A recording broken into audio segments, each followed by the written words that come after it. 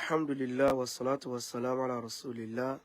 amma ba'd fassalamu alaikum wa rahmatullahi wa barakatuh. Adúpẹ́ fún Allah subhanahu wa ta'ala tó tún ṣe wá kú lórí dáadáa. A tọrọ àlékún kí ọlá ti gẹ̀fà nípa Muhammad sallallahu alayhi wa sallam. Lákọ̀ọ́kọ́ mo fẹ́ bẹ̀ àwa jàmá fídíò eléyìí tí mo ń ṣe yìí mo bẹ̀ wá mo rọ̀ wá ẹ jẹ́ ká bá wa share rẹ̀. Ó ní ìdí tó pàtàkì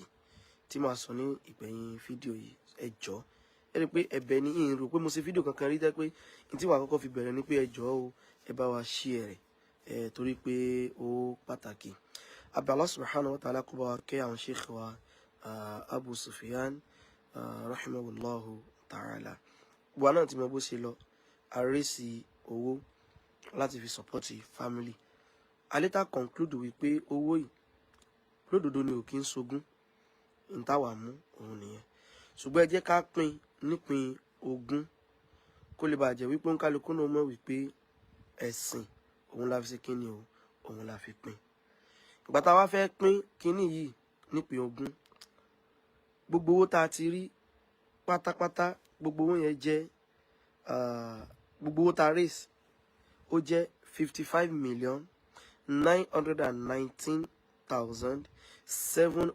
55,919,776 naira. 776 naira 48 kobo òní gbogbo owó eléyìí tá a raise. Ẹ jọ̀ọ́ bẹ́ẹ̀ ṣe ń wọlé ẹ máa bá wa share rẹ̀ nítorí t'Ọlọ́run, ó pàtàkì gan ni o, ẹ jọ̀ọ́ torí t'Ọlọ́run. So gbogbo owó tá a raise òun nìyẹn. Owó tó wá ní true ọ̀dọ̀ tèmi torí mo tún gbọ́dọ̀ ṣàlàyé ìyẹn náà. Owó tó wá ní true ọ̀dọ̀ tèmi ó jẹ́ 50,472,267 naira 78 kobo. Àkáǹtì mi tí wọ́n tún fi gba owó tó jẹ́ ti true committee ó jẹ́ 5,447,498,007 kobo. Gbogbo iṣẹ́ yìí náà àjọṣe papọ̀ ni, kọ́lọ́n kójọ kó sẹ́ni kọ̀ọ̀kan ní ẹ̀san lórí. Tó jẹ́ kí n split ẹ̀ báyìí ni wípé ẹlòmíì mọ àkáǹtì committee ó sì gbowó tèmi náà ń sọ jáde, kò wá mọ̀ wípé a ti ṣí owó àkáǹtì committee yẹn a ti ṣí mọ́ eléyìí tá à ń fi àkáǹtì kíni o ànàbàwíyà tá a fi ń raise. So gbogbo owó yẹn jẹ́ kíni o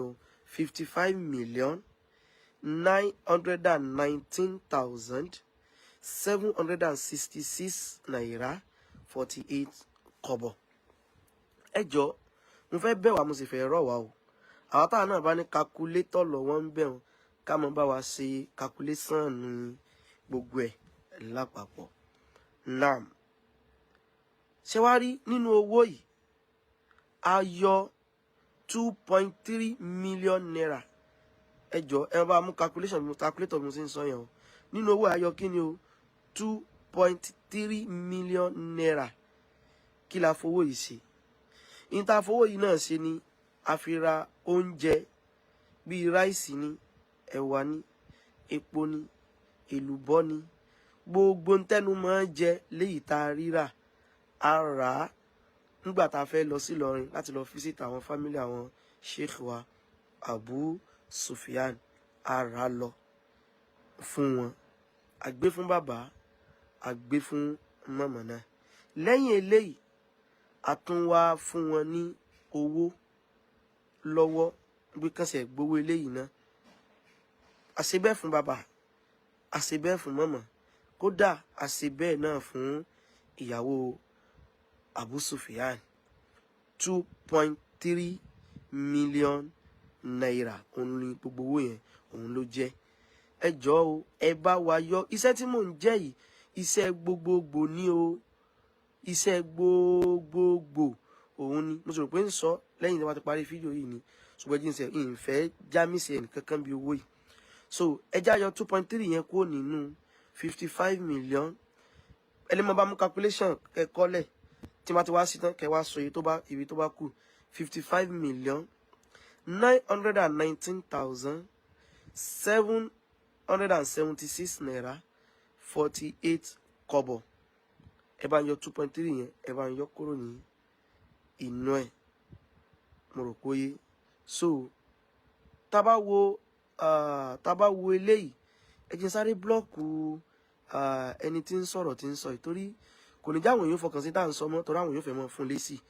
ẹ jọ̀ọ́ bẹ́ẹ̀ ṣe ń wọlé mo bẹ̀ yín ni o ẹ mọ́ bá wa share rẹ̀ nítorí tọ́lọ́ ẹ̀bẹ̀ lélẹ́yìí ẹ̀bẹ̀ ni torí pàtàkì kẹ́ bá wa share rẹ̀ ẹ bá wa tẹ like love kẹ́ bá wa share rẹ̀ fáǹfààní àwọn míì náà kan lè bá a rí òun ni kò sí nǹkan kan ń bẹ o náà ẹ jọ̀ọ́ lẹ́yìn ìyẹn àwa wo wípé tá bá ti yọ owó tá a sọ yìí tá a pè ní 2.3 million naira tá a yọ kó nínú owó yìí ẹ jẹ́ mi náà mọ̀ ṣe calculation rẹ̀ ń bí o tá a yọ 2.3 million tá a yọ kó nínú owó yìí máa kù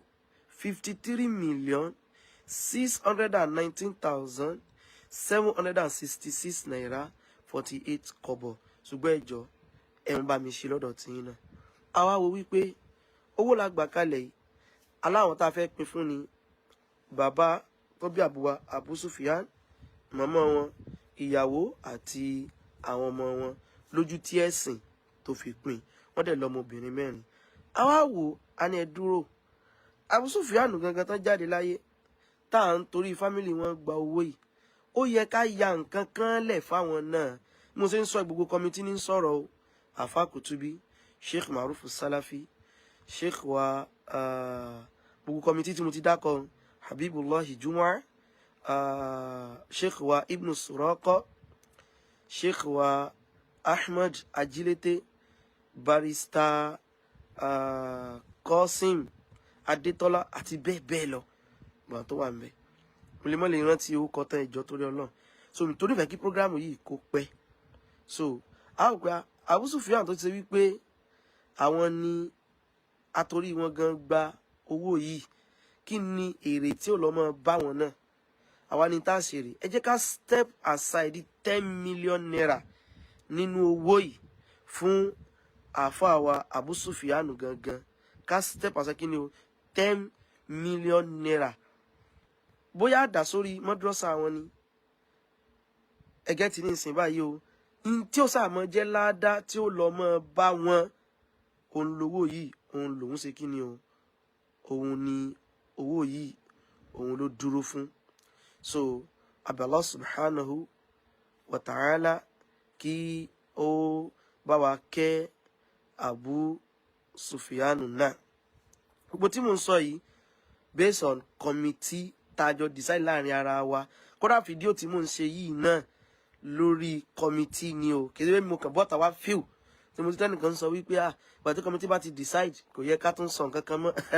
bá a bá sọ nǹkan kan ẹ̀yin èèyàn lẹ́lẹ́ tó sọ pé ẹjọ́ ẹja mọ bó lẹ ṣe pínwó ẹja ṣe èyí tí ó fi wá lọ́kàn balẹ̀ ẹ ṣeun o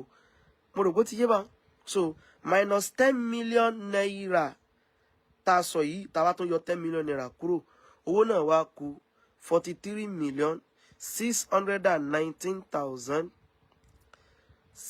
43,619,766 naira 48 kobo iye tó wó yẹn tó wá kù nìyẹn ṣé wá rí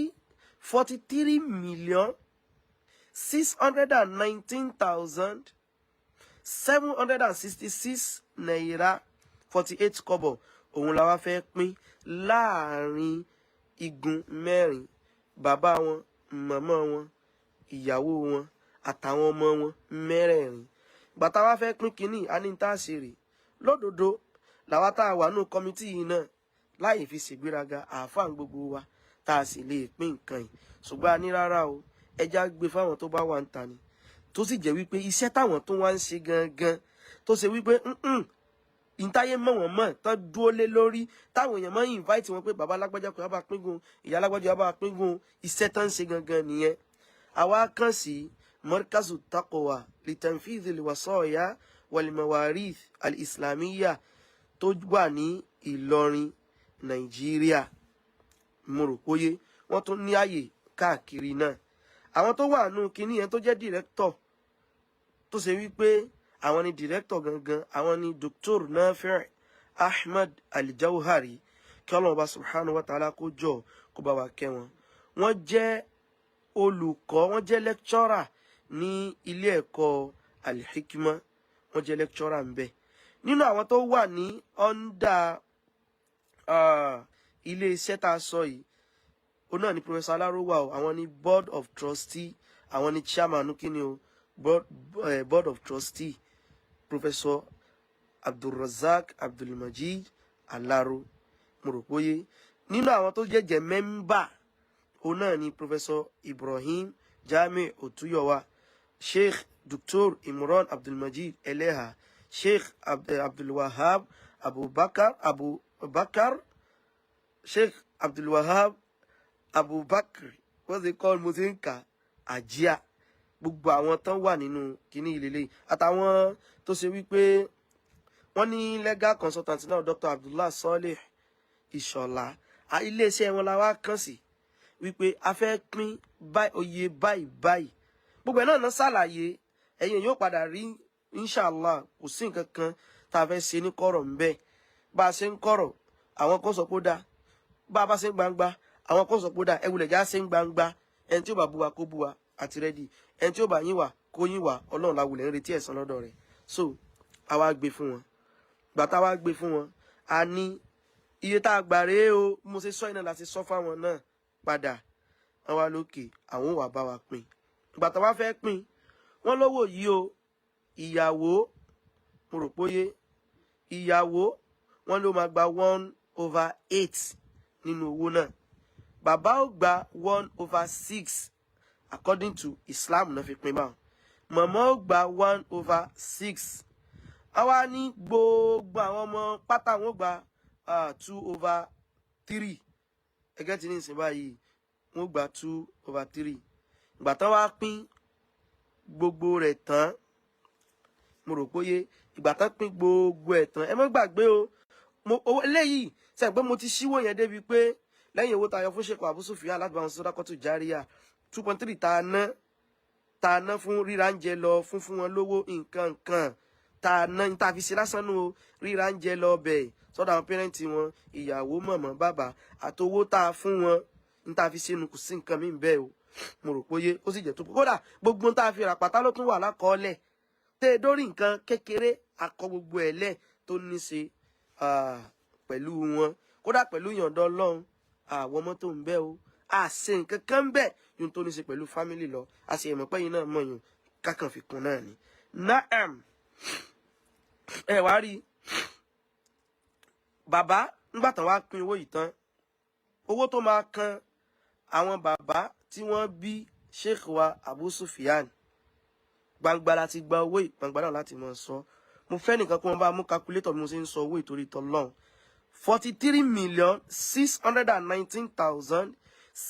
43,619,766 àti 48 kọ́bọ̀ olówó tá fẹ́ pín báyìí so nígbà tá wá sọ wípé bàbá ó gba 1/6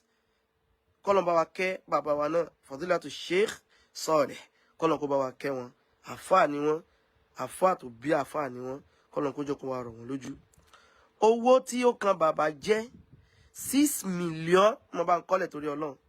6 tó dágbọ́dọ̀ sọ́ńtà kí wọ́n pé ìlú gan-an fún bàbá nínú owó ìlú náà fún wọn iye tán fẹ́ fún wọn tẹ́sìn nìkan fún wọn náà là ń sọ yìí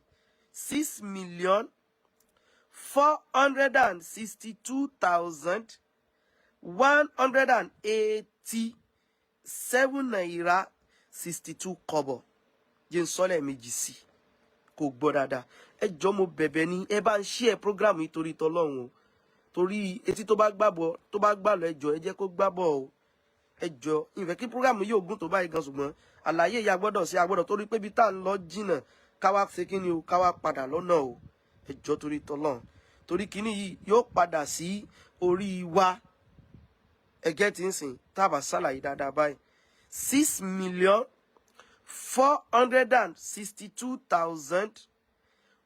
6,462,187 naira 62 kọ́bọ̀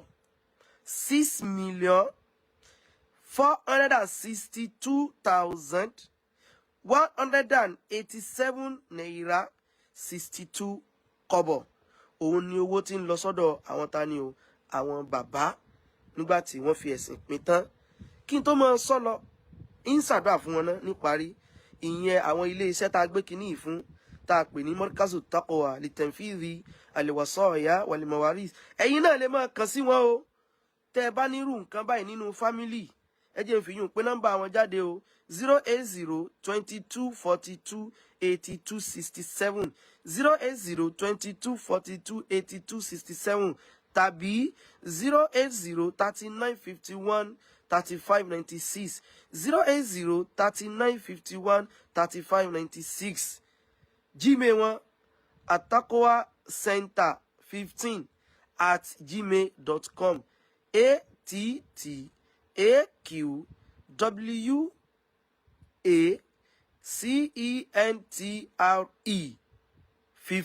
attaqwacenter15@gmail.com mo rò pé so kọ́lọ̀mbà san lẹ́sùn lóore wọ́n gbowó kankan lọ́wọ́ wa o wọ́n gba nǹkan kan lọ́wọ́ wa wọ́n ṣe fọ́lọ́ ni wọ́n gba nǹkan kan lọ́wọ́ wa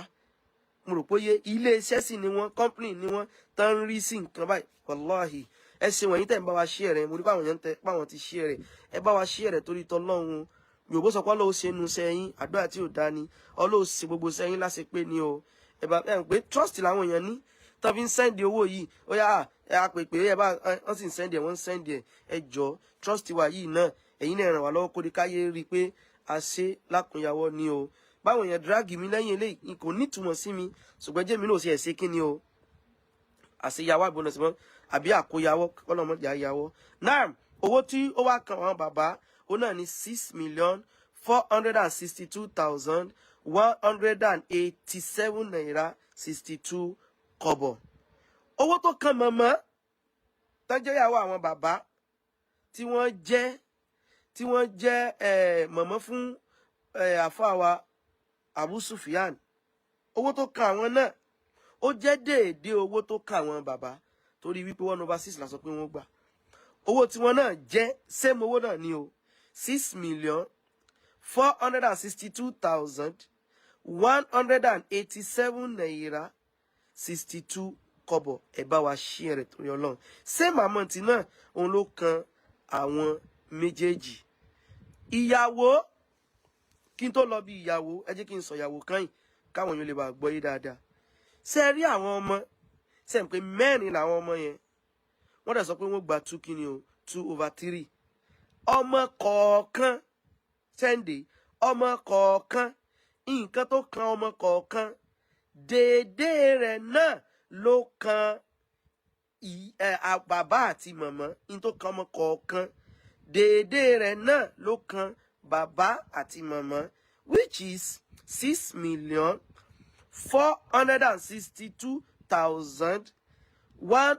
6,462,187 naira 62 kọ́bọ̀ bẹ́ẹ̀ ṣe ń share rẹ̀ yẹn ẹ̀ ní rí dààmú jẹ́ bá wa share kí nítorí tọ́lọ́ bẹ́ẹ̀ share rẹ̀ náà ẹ̀ ní rí dààmú o ṣùgbọ́n ìjọ bá wa share rẹ̀ ẹ̀yin náà pé táwọn sọ ìwà very important ó sì yẹ kí gbogbo àwọn èèyàn gbọ́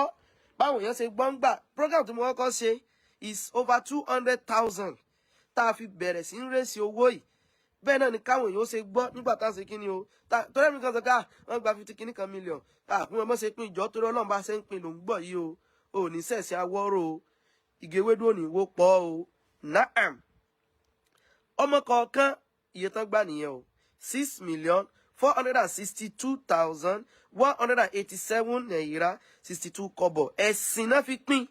ẹ̀sìn òun náà fi ṣe kíni o òun náà fi pín ẹ̀sìn náà fi pín ìwọ náà tó bá fẹ́ lú ẹ̀sìn tó fẹ́ fi pín o tó o bá pín ó rí pé bó ṣe rí nù àfi tó bá yà mọ́ ń pọ̀ ogún pínpín ló kù àwọn iléeṣẹ́ àwọn àáfàá tó jẹ́ pé tán ń ṣe iṣẹ́ tán ń mójútó gangan àwọn la gbé fún o àwọn sheikh wa Dr. Nafi Al-Jawhari àwọn ni director iléeṣẹ́ yìí lẹ́ẹ̀kan sí ẹ̀yin náà lè nídìí wọn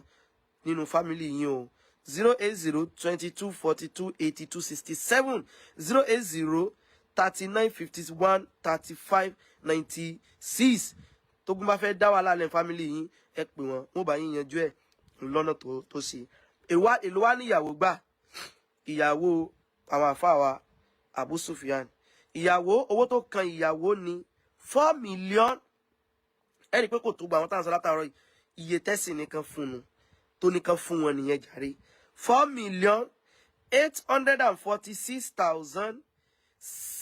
4,846,640 72 kọ́bọ̀ 4,846,640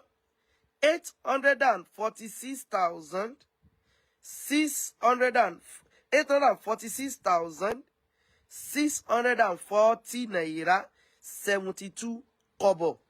Iye tó kan ìyàwó òun nìyẹn. Lẹ́ẹ̀kan sí torí ẹni tó sọ pé owó tí mo wá gbọ́ lórí program ìyàwó mẹ́ta jù bá ń lọ tán ni wọ́n fún ọ. Iye tó ń sọ pé ọgbà yìí kọ́ ni wọ́n sọ pé wọ́n fún ọ o. Ọmọ kọ̀ọ̀kan ló gba 6 million yẹn o, kìí ṣe gbogbo ọmọ o. Ọmọ kọ̀ọ̀kan our times 6,462,187 yẹn 62 kobo yẹn times 4 ọmọ kọ̀ọ̀kan mẹ́rẹ̀ẹ̀rin ó kọ wọn náà bẹ́ẹ̀ bí but ìfẹ́ ká mọ dákọ wọn so it's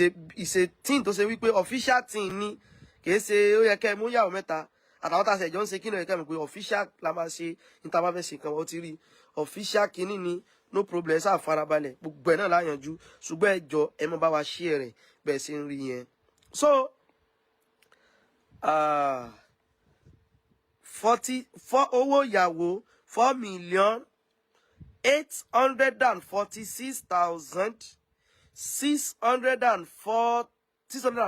4,846,640 naira 72 kobo owó tó kan ìyàwó òun nìyẹn ní ìparí kí n tó tún sọ ní o bàbá owó tó kàn wọ́n jẹ́ ìyẹn bàbá Sheikh Abu Sufyan owó tó kàn wọ́n jẹ́ 6,462,187 naira 62 kobo same owó yìí ló kan màmá wọn same owó yìí ló kan ọmọ kọ̀ọ̀kan a sì send owó yìí a send ẹ̀ sí wọn a send torí wípé ẹlòmíràn tún ní a kàn gbọ́ owó tán sọ̀rọ̀ sọ́n bíbẹ ní owó dọ̀dọ̀ wa o audio money lásán ní o àwọn ò ní ṣe báwọn ọlọ́run kó sì jọ mọ́ sọ wá dídàkudà gbẹ̀yìn ayé wa mọ́ sọ wá dídàkudà gbẹ̀yìn ayé wa mọ́ sọ wá dídàkudà gbẹ̀yìn ayé wa so gbowó ìbò ṣe jẹ́ nù mo fẹ́ kẹ́ni kó bá mi ṣe calculation mi ibẹ̀ ẹ wà á mú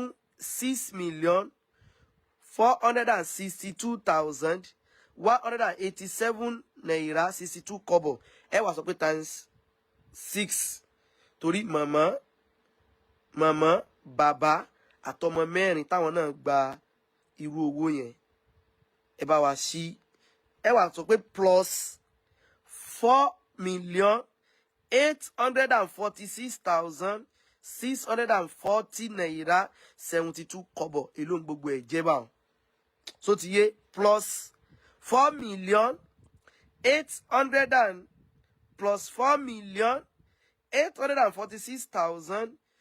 4,846,640 72 kobo èló wà ní gbogbo ẹ̀ jẹ́ báwọn ẹ rí wípé tẹ́ bá ti sí ẹjẹ́ mọ́ èyí tó jẹ́ kẹ́ post ẹ̀ sí bí ẹ̀sìn àwọn èèyàn ti ń bá mi ṣe gan èló wà ní total jẹ́ báwọn ẹgẹ́ ti ní ìsìn báyìí èyí total bá wá jẹ́ ẹ rí pé owó tá à ń pín fún wọn látàárọ̀ jẹ́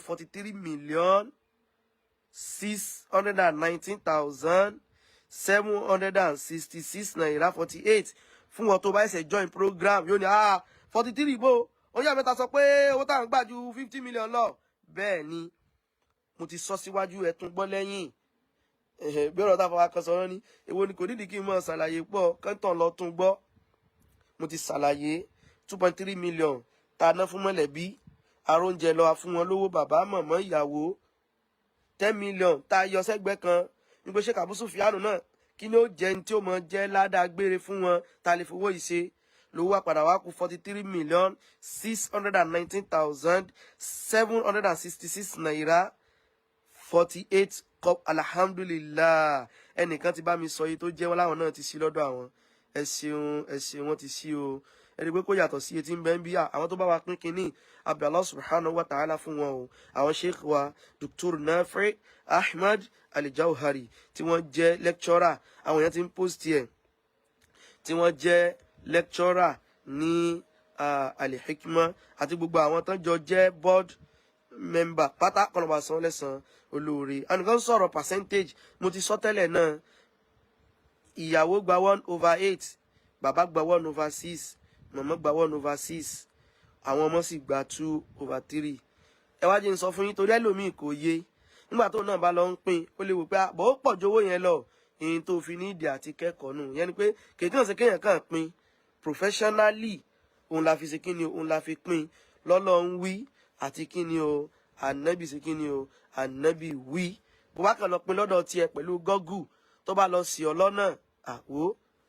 Ọlọ́run ṣàánú o tí ó bá wá yé bá tó sì nídìí clarification pé markazu taqwa litanfidh alwasaya walmawarith alislamiyya Ìlọrin Nàìjíríà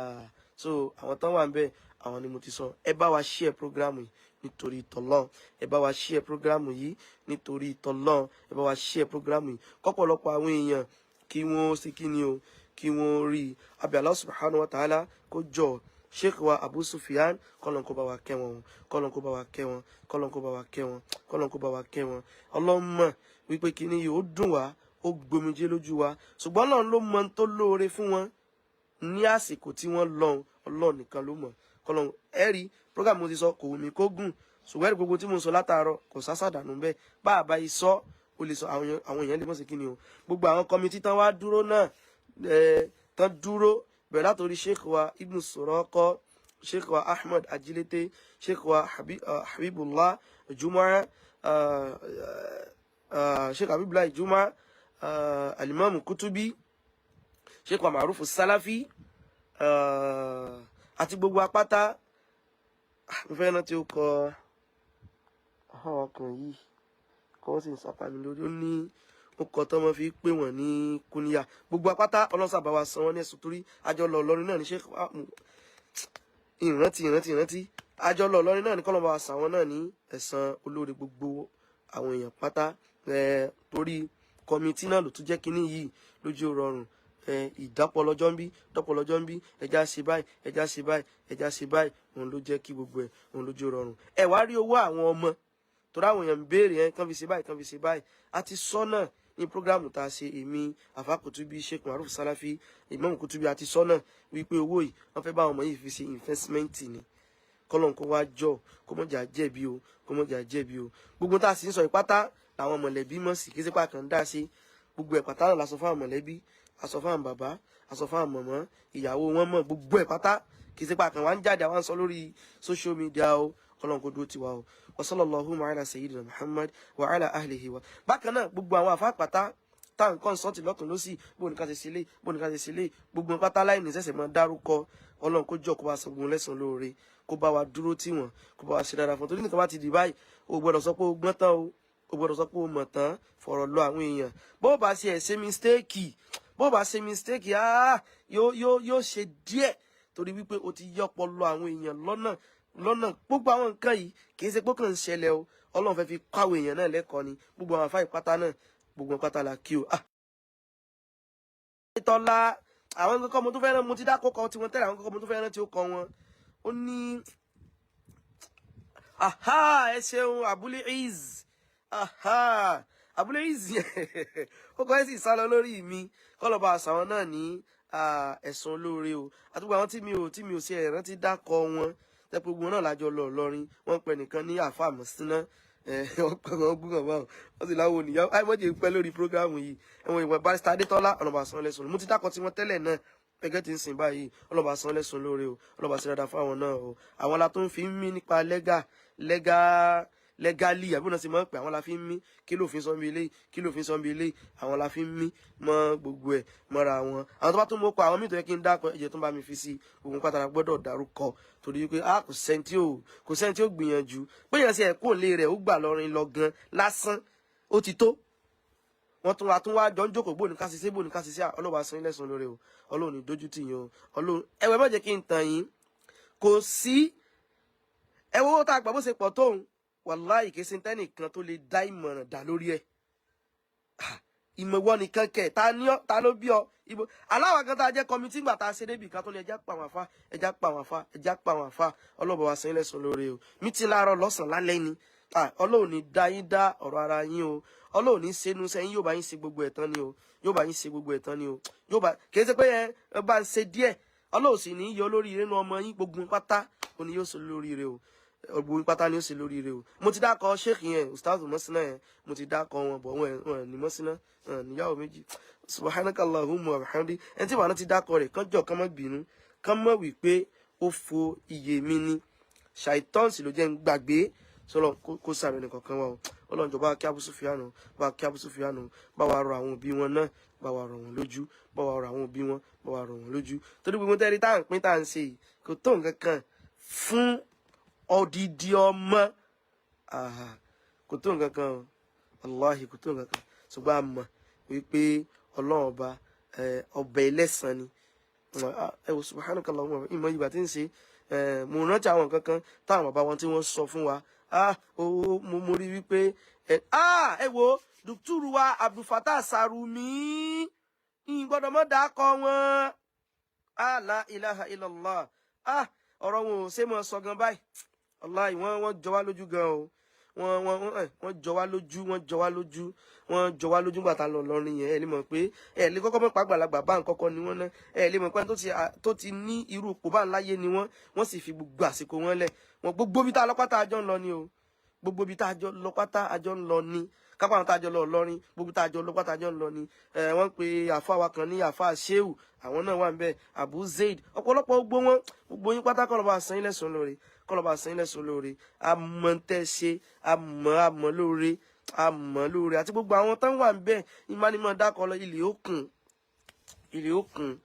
ọlọ́ba àdó ti yìí wa sallallahu ala sayyidina Muhammad wa ala ahlihi wa sahbihi wa sallama taslima kathira wassalamu alaikum mọ́ gbàgbé láti bá wa share rẹ̀ wassalamu alaikum wa rahmatullahi wa barakatuh ọmọ àdúrà.